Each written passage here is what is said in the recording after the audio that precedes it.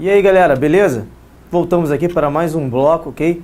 Só falando de projeções cartográficas e é exatamente o assunto que nós vamos entrar nesse exato momento.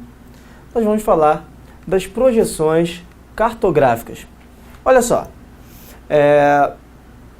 existem várias técnicas cartográficas para você poder reproduzir uma unidade esférica, como é o nosso planeta, numa região plana, ok? Por exemplo, para formar os planisférios, onde mostra todo o planeta Terra num mapa plano na sua frente, ok?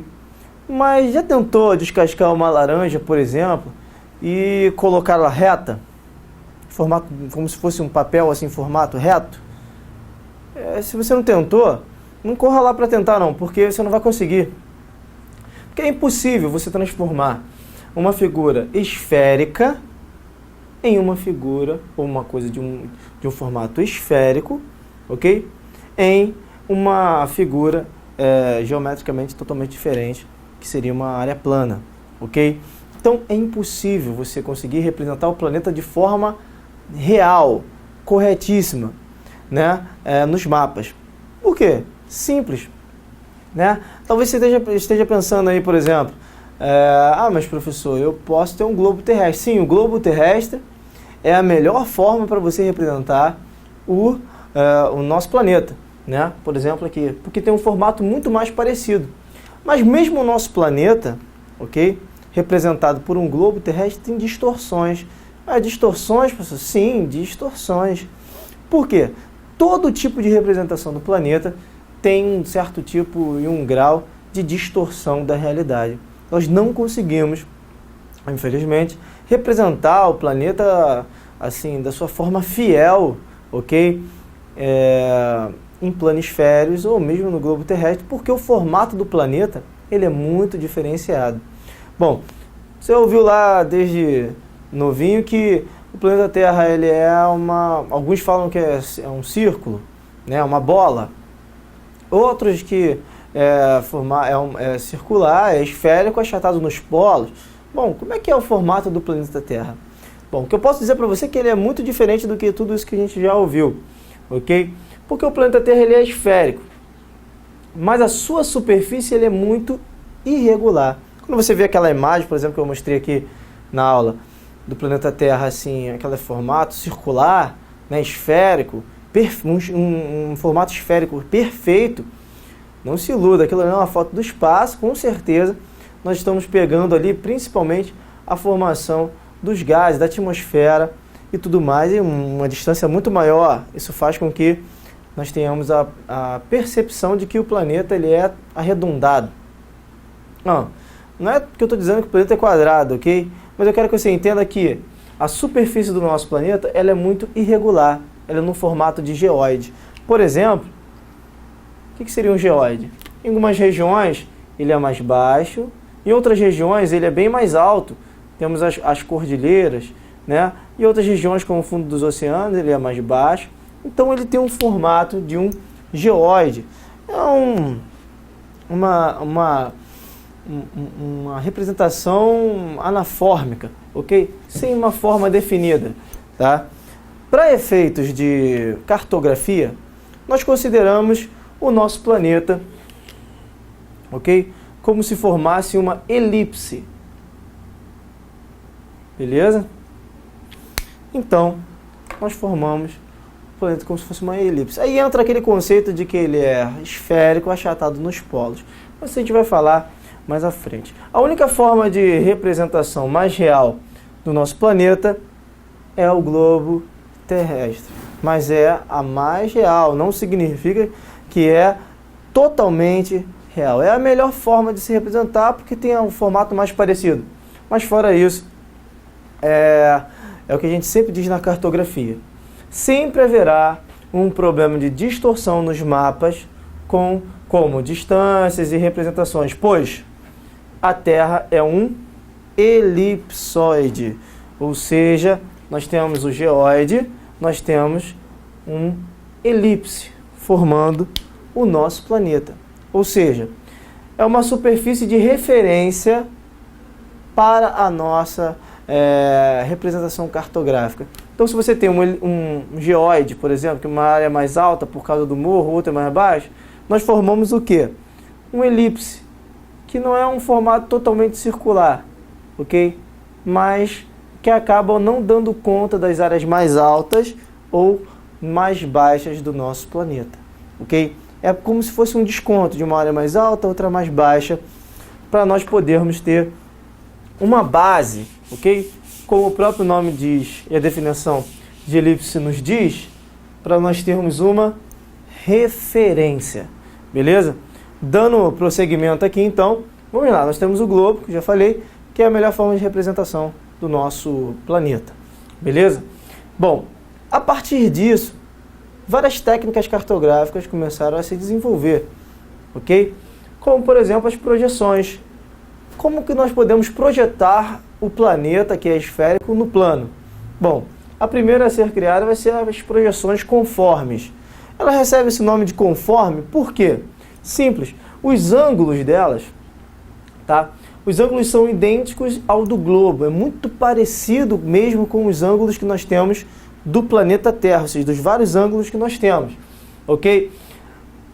Do globo, são representadas sem distorções nas formas, ou seja, ela obedece exatamente o contorno dos países, a forma, ok, dos países também, mas com alterações no tamanho de suas áreas, ou seja, apesar dela receber o nome de conforme, tá, ela tem alterações no tamanho das suas áreas.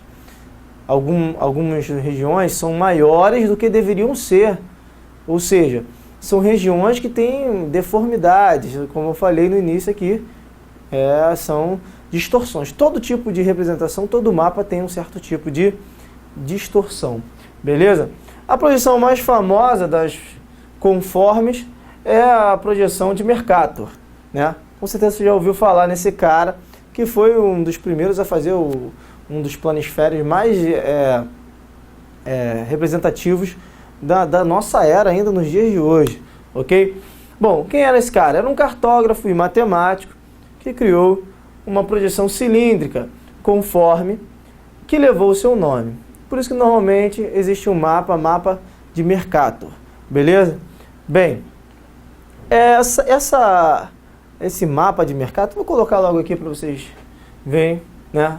Exatamente essa projeção aqui, desses planisférios, né? Desse planisfério, como vem representando. Repare no seguinte, por que conforme? O contorno dos continentes, eles obedecem às formas, ok? Os continentes, os lugares, eles obedecem às formas corretas. Só que há distorções no tamanho. Por exemplo, olha o tamanho da Groenlândia, olha o tamanho do Brasil. Se você, por exemplo, for percorrer a Groenlândia, por exemplo, você vai ver que ela é muito menor do que o Brasil, mas nesse mapa aqui, por conta das distorções que existem, tá? Por querer colocar uma circunferência ou nosso planeta aqui é esférico, tá? Numa área plana, as regiões mais próximas da linha do Equador ficam com as suas projeções mais perfeitas, mais corretas, enquanto que, conforme você chega nas grandes latitudes ou altas latitudes, ok?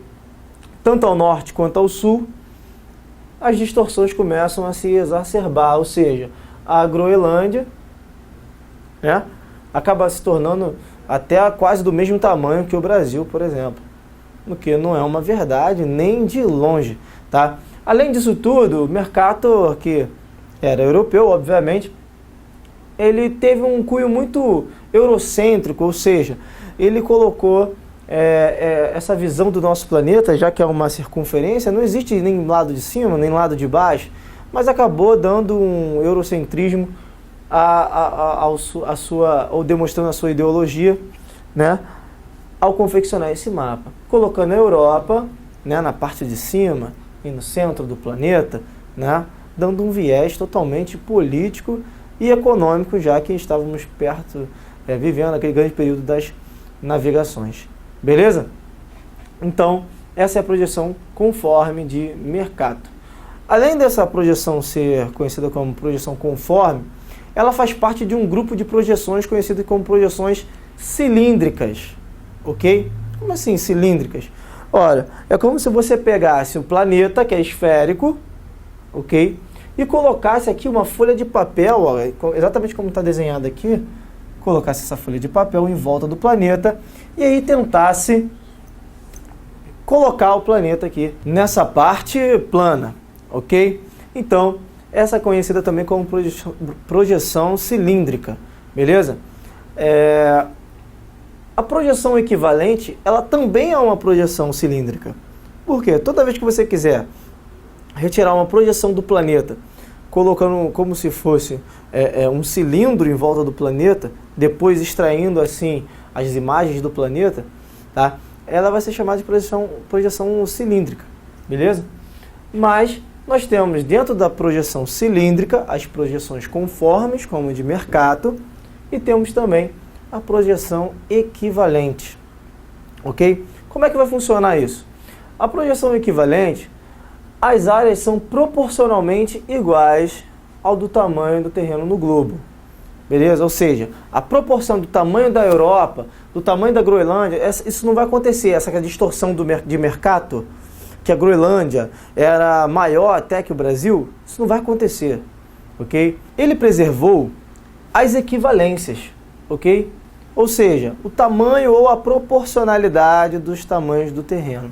Então, olha só, são áreas que são proporcionalmente iguais ao do globo terrestre, ok?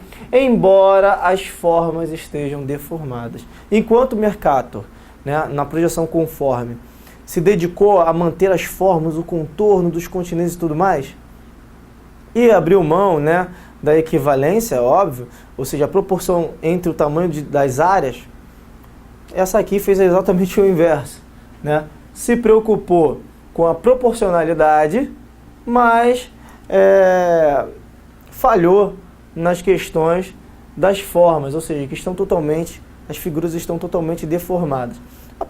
Se o Mercator foi o principal representante, né, das projeções conformes, das equivalentes foi a projeção de Peters, ok?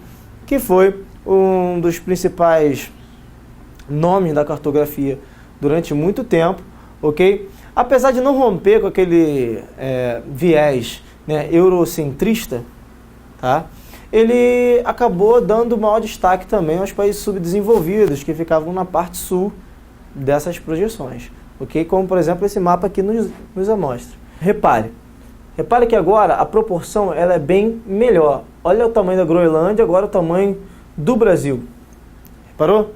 Então, a proporcionalidade entre o Brasil, tá, e a Groenlândia, entre os países que estão próximos da linha do Equador, e os que estão nas altas latitudes norte e sul, tá, ela foi mantida, essa proporção foi mantida, ok? Está correto, o tamanho, a proporção entre o tamanho dos terrenos. Só que as formas ficaram totalmente deformadas. Olha só a África, ficou mais fina, ela ficou mais longa, né? A mesma coisa aconteceu com a América do Sul, que ficou mais longa também. Ele acabou descontando isso nas formas, ou seja, ela é equivalente porque ela é do tamanho proporcional, ou seja, realmente há uma proporção entre o tamanho do Brasil, agora sim, e o tamanho da Groenlândia e de outras áreas. Só que as formas ficaram deformadas, ok? Foi nisso que ele pecou. Essa é a projeção equivalente. Bom, além das equivalentes, nós temos outro tipo de projeção, que são as projeções equidistantes, ok? Como é que vai funcionar isso, equidistante? Ó, são projeções que são conhecidas também como azimutais. Talvez você tenha ouvido falar, né, mais frequentemente com azimuth, né, ou projeções azimutais, ok? Essas projeções azimutais, elas fazem parte também de um conjunto que, ao invés de serem cilíndricas, projeções feitas por cilindro, né, como se fosse um cilindro, ela é feita com uma projeção que é conhecida como projeção cônica. Como se você, em vez de um cilindro, formasse um cone, ok? E projetasse a figura que está naquela região, naquela base do cone, beleza? Então, olha só, são representações mais precisas quanto à questão das distâncias e formas e etc. Mas ainda assim há distorções. Mas as distâncias são muito mais precisas do que nos outros dois tipos de projeções que nós falamos aqui. Ok? Só que como é que consiste essa técnica? Além de ser uma projeção cônica, você adota qualquer lugar do planeta ou qualquer região dali que vai ser representada como centro da representação, ou seja, do mapa. Beleza? Por exemplo, isso aqui é uma projeção azimutal, ok? Como que ela é feita? Ela é feita a partir de uma projeção cônica. É como se você pegasse e formasse um cone aqui no planeta, ok? Na parte que você quer representar, por exemplo, que é o hemisfério norte, a parte norte. E você projetasse essa parte da circunferência no plano. E vai ficar mais ou menos desse formato aqui, ó. A formação de uma parte do planeta. Você não consegue fazer um planisfério, por exemplo, né? A não ser que você acabe fazendo, por exemplo, como os símbolos da ONU, né? Que apesar de ser uma projeção azimutal, né? Existem outras técnicas empregadas, mas representa bem a projeção azimutal, ok? Que é quando você escolhe uma região como centro para poder fazer exatamente a projeção sobre aquela região. Então, essa é a projeção azimutal. Bom, existem ainda, né, as projeções afiláticas, ok? Como é que seria uma projeção afilática? Ó, a projeção mais famosa, essa aqui de repente você não conhece pelo nome, mas em todas as revistas que envolvam essa parte cartográfica, ou então atlas escolares, livros escolares, vão conter esse tipo de projeção, ok? A projeção a projeção afilática mais famosa é a projeção de Robinson, tá? Que foi um importante cartógrafo que não possui propriedades nem de conformidade, nem de equivalência, ou seja, não tem preocupação com as formas corretas e também não tem inclinação, ok, para a proporcionalidade, mas não distorce tanto o planeta de forma tão acentuada quanto as outras fazem, que é exatamente essa projeção aqui, ok? Nós temos essas projeções onde o contorno, né, dos continentes eles são menos distorcidos, tenta-se preservar uma proporção entre o tamanho, mas não há um comprometimento, ok? Essa é a projeção afilática, beleza? Bom, todos esses mapas que nós mostramos aqui, é uma coisa muito interessante quando a gente fala sobre eles. Por quê? Porque é óbvio que, como toda produção, e o mapa é também uma produção cultural, ok? Como toda produção cultural, ela tem um viés político, econômico, geopolítico. Bom, os mapas eles possuem e representam diferentes visões de mundo, ok? Por exemplo, não existe lado de cima ou lado de baixo. No entanto, os países desenvolvidos insistem em dizer que estão no norte e nós estamos no sul. Na verdade, porque eles estão em cima e nós estamos embaixo. Mas, por exemplo, qual é o lado de cima de uma bola? Qual é o lado de baixo de uma bola? O lado ou outro? Isso aí é uma convenção que a partir de 1984, por exemplo, quando eu dei o exemplo aqui, dos fusos horários, ou como qualquer outro tipo de convenção que foi feita na história. É uma coisa cultural, ok?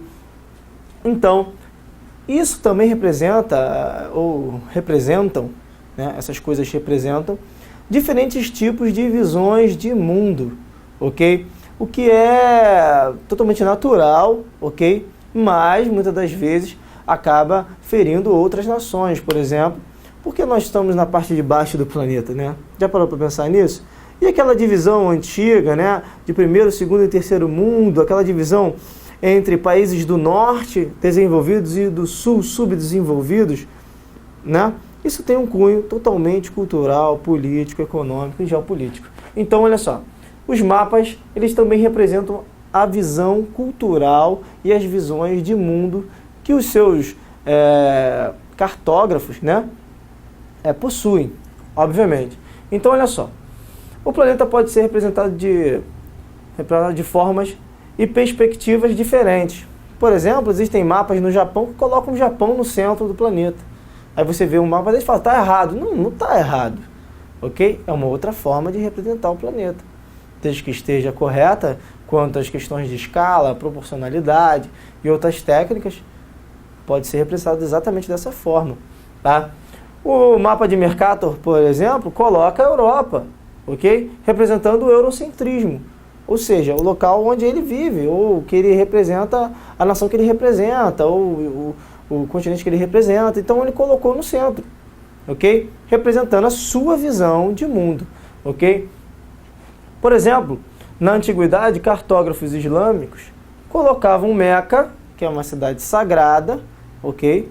Dos islâmicos, né? No centro do mapa, ou seja, representando a visão de mundo deles. Bom, se você, por exemplo, olhar para essa imagem, né, que exatamente coloca a região, né, do Oriente Médio exatamente no centro do mapa, ok? Representando uma outra visão do mundo. Apesar de antigo, faltar algumas regiões, em outras regiões do nosso planeta, né, representam diferentes visões de mundos. Outra coisa, por exemplo, esse mapa aqui, feita, né, na verdade, no período militar, né, onde coloca o Brasil, é uma projeção azimutal, ok? Onde coloca o Brasil aqui no centro do planeta, ou seja, é um outro tipo de mapa. Está errado? Claro que não, que representa visão, uma outra visão de mundo, ok? Então, não existe isso. Mapa certo, mapa errado. Existem sim o erro nas técnicas, mas o formato pode ser de cabeça para baixo, mas quem disse que é de cabeça para baixo? Porque nós usamos e convencionamos aqui no Brasil usar esses mapas com visões eurocêntricas. Então, não existe um mapa certo nem um mapa errado quanto ao posicionamento. Esse mapa está completamente correto. Beleza? Pessoal, aqui a gente vai dar mais um intervalo, porque nós vamos mudar o assunto novamente. E não perca o próximo bloco, porque nós vamos falar de tecnologias avançadas para a cartografia. Voltamos já, beleza? Valeu!